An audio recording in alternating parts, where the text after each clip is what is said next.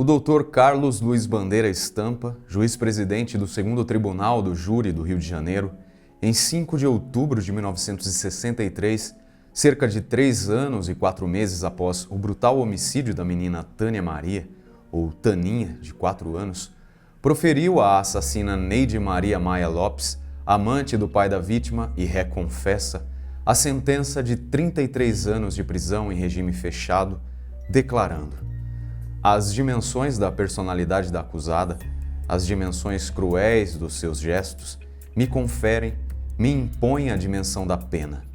Aplico-lhe a pena máxima. Será que vocês já escutaram dos seus avós comentários saudosistas sobre os bons tempos, quando as cidades eram mais tranquilas e seguras, e os pais nem precisavam se preocupar com os filhos soltos, brincando na rua até tarde? Pois bem, o relato que eu trago para vocês quebra, na verdade, destrói totalmente esse falso arquétipo de inocência em relação aos anos 60. Tanto que a protagonista desse crime recebeu da imprensa os seguintes nomes: Mulher Fera, Frankenstein de saias, Mulher Monstro, a Besta Humana, Escorpião Fêmea, Primeira Psicopata e Fera da Penha. Eu sou o Marcos, sejam todos muito bem-vindos ao Insólito.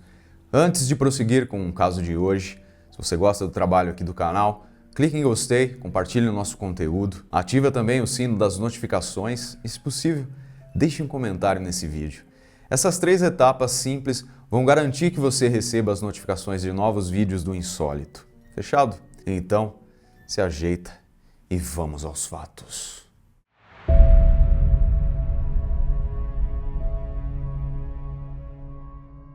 A cidade do Rio de Janeiro, o local, a estação Pedro II, atual estação central. A data, fins de 1959.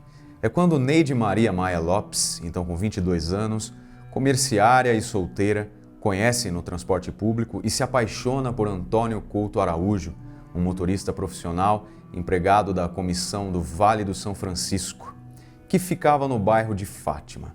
Antônio não perde tempo, convida a jovem para um passeio de carro e logo um relacionamento amoroso tem início.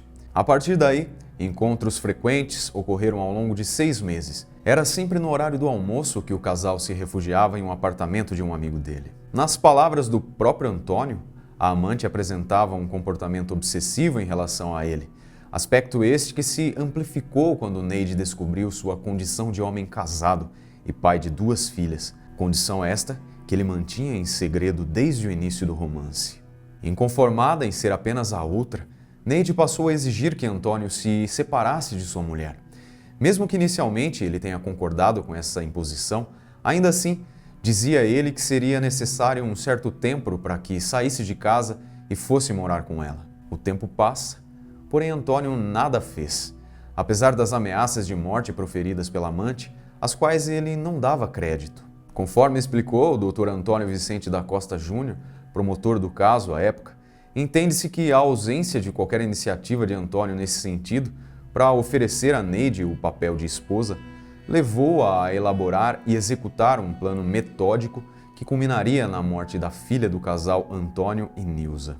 Pois bem, primeiramente, Neide descobriu o endereço do amante e, sob uma falsa identidade, fez uma visita à casa dele, apresentando-se para Nilza, esposa de Antônio e sua rival, com uma ex-colega de colégio, e mesmo que essa última não se recordasse da outra, acabou a recebendo amigavelmente. Neide então contou estar interessada romanticamente no irmão de Nilza, e este pretexto foi o que possibilitou o desenvolvimento de uma certa intimidade entre as 2 mulheres, tanto que Neide realizou repetidas visitas à família de Antônio. Nessas ocasiões, além de se inteirar de detalhes da rotina da família, Neide aproveitou também para criar laços com as crianças Solange e Tânia, filhas de Nilza, presenteando-as com doces e brinquedos. Foi em uma das conversas entre amigas que Neide descobriu que a grande paixão de Antônio era sua filha primogênita, Tânia Maria, apelidada de Taninha, que estava com 4 anos de idade. Ainda segundo a análise do Dr. Antônio Vicente da Costa Júnior, o fato da criança ser a luz dos olhos do pai, por assim dizer, foi o que determinou que Taninha fosse eleita como o alvo de Neide. Aqui é possível realizarmos duas interpretações dessa escolha, conforme as palavras do psicanalista e perito forense Wilson de Lira Shebab, encarregado do caso. Primeiro, com a menina morta, não haveria mais razão para a permanência de Antônio no seu lar, podendo ele abandonar o chamado domicílio conjugal. Segundo, aplicar a Antônio uma merecida punição e vingar-se por ser preterida. O promotor ainda esclarece que Neide, com a morte da filha do amante, na verdade, visava atingir a ele. Ela quis matá-lo em vida, ela não quis exterminá-lo. Um detalhe presente em todo o conteúdo documental relacionado ao caso é que Neide, em visita a uma amiga moradora do bairro da Penha, percebeu a expressiva quantidade de urubus que sobrevoavam a região, alimentando-se das carcaças de animais mortos de um matadouro local. Ela até mesmo chegou a perguntar a um funcionário para onde as aves levavam aquelas ossadas, e a resposta recebida, que os corpos desmembrados eram consumidos e os fragmentos eram espalhados por todo lugar.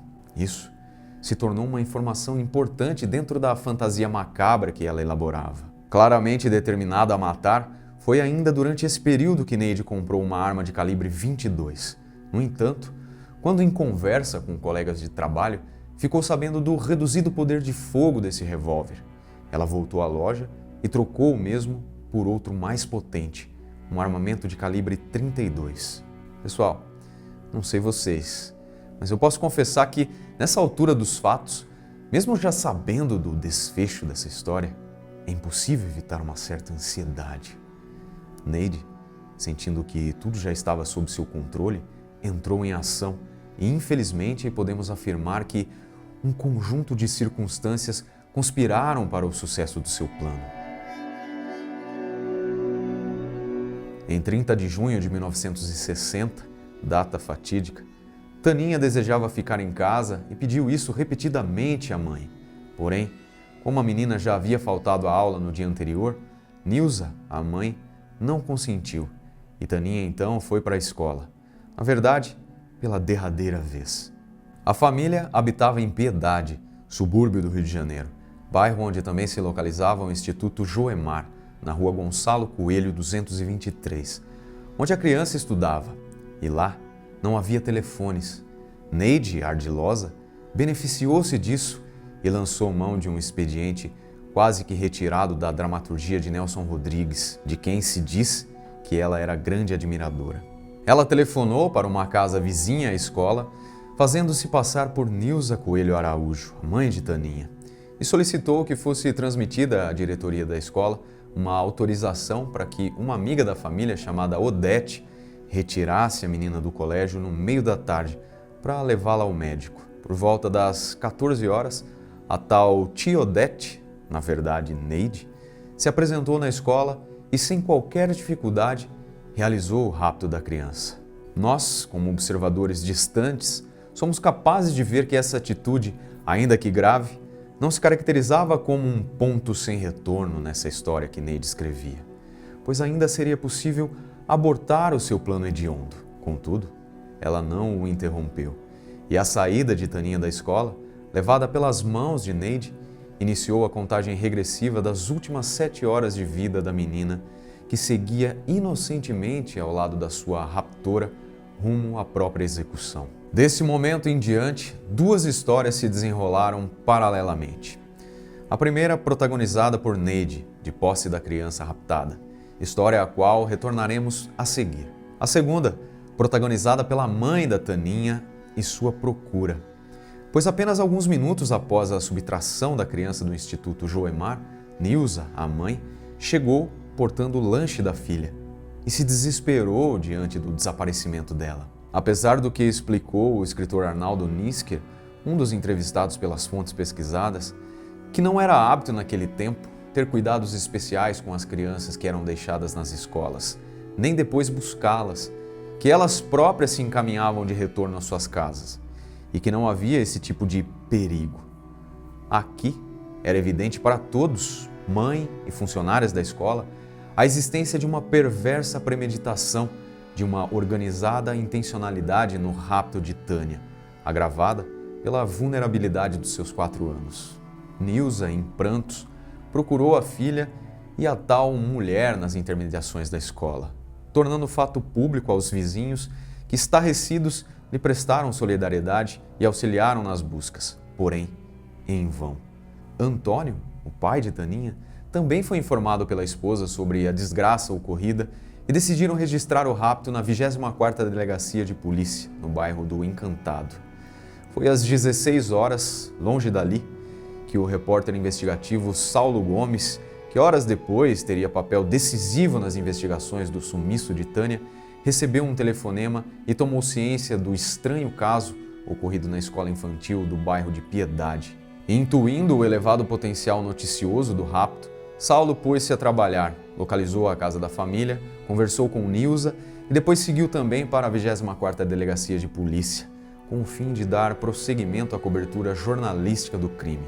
Quando os pais de Tânia relataram os fatos ao comissário Magalhães, este, de posse do retrato falado da raptora, informação fornecida pela diretoria da escola, pôde iniciar as investigações. Simultaneamente, Saulo Gomes, que havia conversado em particular com Antônio, já sabia da existência e endereço de sua amante, bem como das várias advertências e intimidações que essa mulher tinha feito, o que, obviamente, a tornava uma pessoa de interesse da polícia, uma suspeita.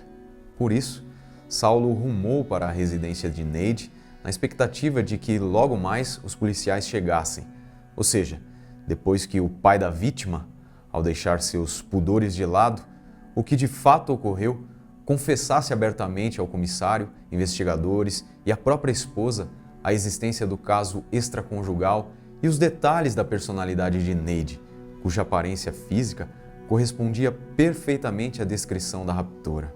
Os jornais do dia posterior ao crime detalharam que as diligências realizadas levaram os policiais à rua Ana Teles, no número 303, onde no apartamento 201, o pai da suspeita informou que a filha estava fora desde as 13 horas e que provavelmente logo chegaria em casa, o que de fato aconteceu às 22h30. Com a rua vigiada e alguns agentes permanecendo dentro da residência, tão logo Neide entrou em casa, foi-lhe dada voz de prisão.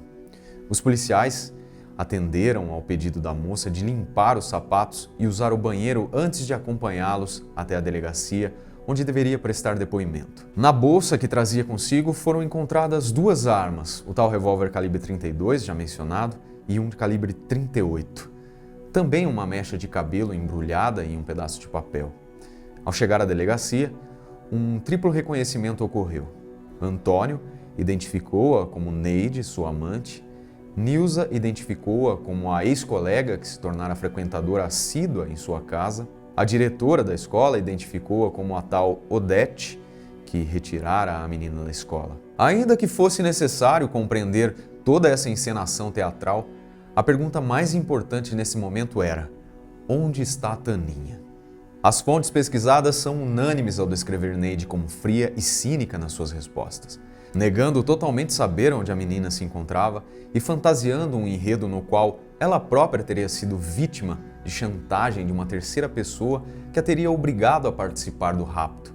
A criminosa buscava minimizar a gravidade de suas ações. O interrogatório, depois de algum tempo, foi interrompido pela notícia de que o corpo de uma menina parcialmente carbonizado havia sido localizado perto de um matadouro no bairro da Penha. Seguiram imediatamente para esse local o comissário, policiais e a suspeita, agora de homicídio e não mais de rapto, e diversos jornalistas.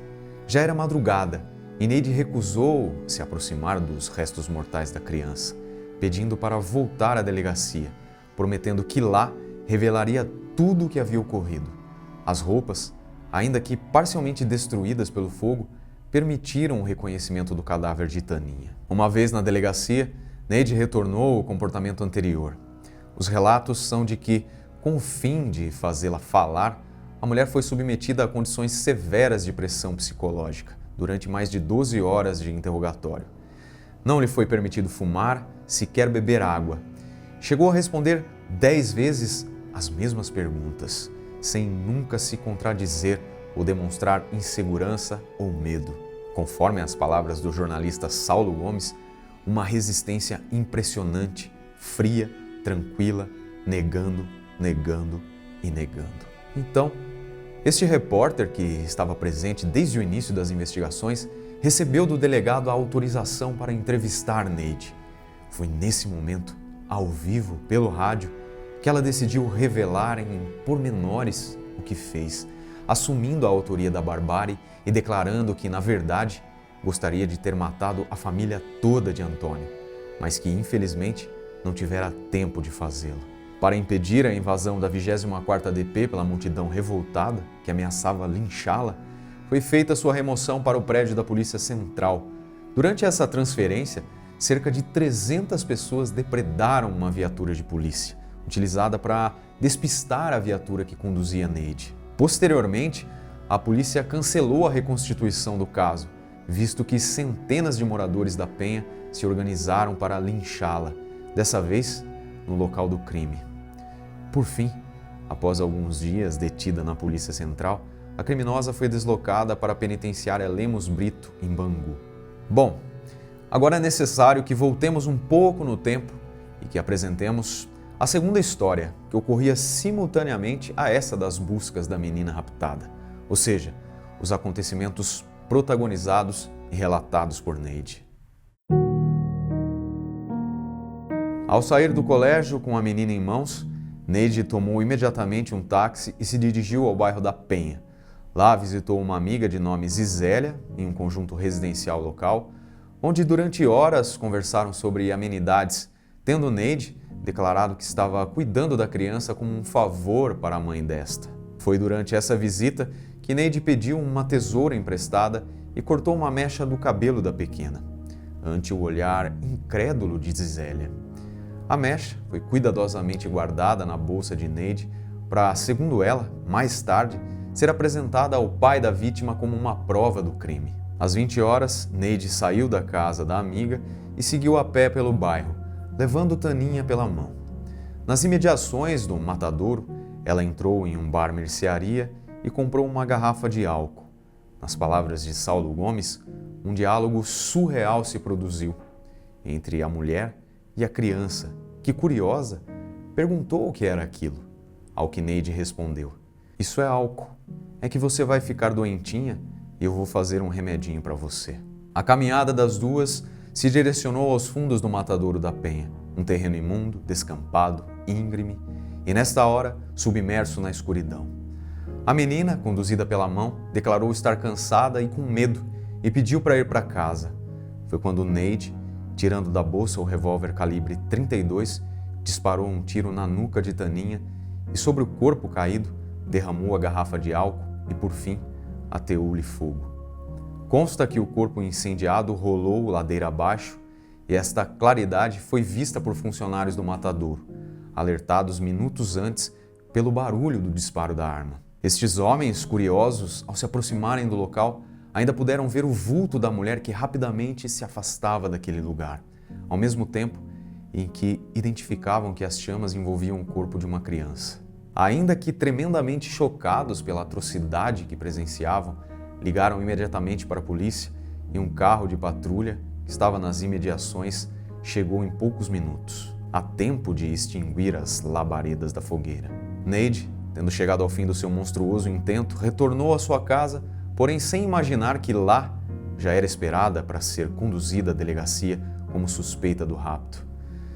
Bom, o que aconteceu com ela a partir desse momento nós já sabemos: interrogatório, localização da criança já morta, admissão da culpa e confissão dos detalhes. E, com o intuito de concluir esse relato, nos cabe acrescentar algumas informações relevantes sobre aspectos diferentes. O julgamento, que ocorreu nos dias 4 e 5 de outubro de 1963, durou 16 horas, quando o júri votou pela condenação de Neide pelo sequestro, 7 votos a 0, e pelo homicídio, 6 votos a 1. O juiz Bandeira Estampa, citado na abertura desse relato, foi quem proferiu a sentença de 30 anos de prisão pelo homicídio e 3 anos de prisão pelo sequestro. Por ter a pena ultrapassado 20 anos, um segundo julgamento foi solicitado pelo advogado de defesa. Este, que ocorreu nos dias 20 e 21 de abril de 1964, quando a sentença foi confirmada por 6 votos a 1. Os pais de Tânia permaneceram juntos após a tragédia. Nilza, surpreendentemente, perdoou o marido e o casal teve mais 3 filhos, netos e bisnetos. A fera da Penha, durante o tempo de detenção, era vista como uma boneca no colo, que tratava como um bebê. Após cumprir 15 anos de prisão, com a pena sido reduzida através de indulto para 21 anos, Neide foi solta no dia 9 de outubro de 1975, retornando para a casa dos pais, na companhia dos quais viveu durante muitos anos até o falecimento deles. Desde sua libertação, tornou-se uma pessoa reclusa, não vista pelos vizinhos, e disse que a janela de seu apartamento no 2º andar costuma ficar fechada mesmo no verão, apesar de não haver ar-condicionado no imóvel. Não foram encontradas informações atuais. Contudo, se estiver viva, Neide terá agora 84 anos. Taninha jamais foi esquecida. Seu nome foi dado a uma geração de meninas. O local de sua morte tornou-se uma praça, onde uma placa relembra sua breve vida. Seu túmulo no cemitério de Inhaúma, quadra 21, canteiro 17, ainda é ponto de peregrinação de pessoas de todo o país que afirmam terem alcançado milagres por meio dela. Tratada como santa, seu local de descanso recebe velas, fotos, flores, imagens de santos, bonecas e brinquedos, objetos que se somam às inúmeras placas de agradecimento pelas graças alcançadas. Para quem não conhecia este bizarro capítulo da maldade humana, recomendo que assistam o filme O Lobo Atrás da Porta, um longa-metragem brasileiro de 2013, inspirado nesse crime, dirigido por Fernando Coimbra, com a bela Leandra Leal. O filme, no seu lançamento, foi premiado na 61ª edição do Festival Internacional de Cinema de San Sebastián, na Espanha. E em novembro de 2015, foi incluído na lista do Abracine dos 100 melhores filmes brasileiros de todos os tempos. E assim, encerramos o caso de hoje. Se gostou do conteúdo, deixe seu like. Muito obrigado por assistir e até o próximo vídeo.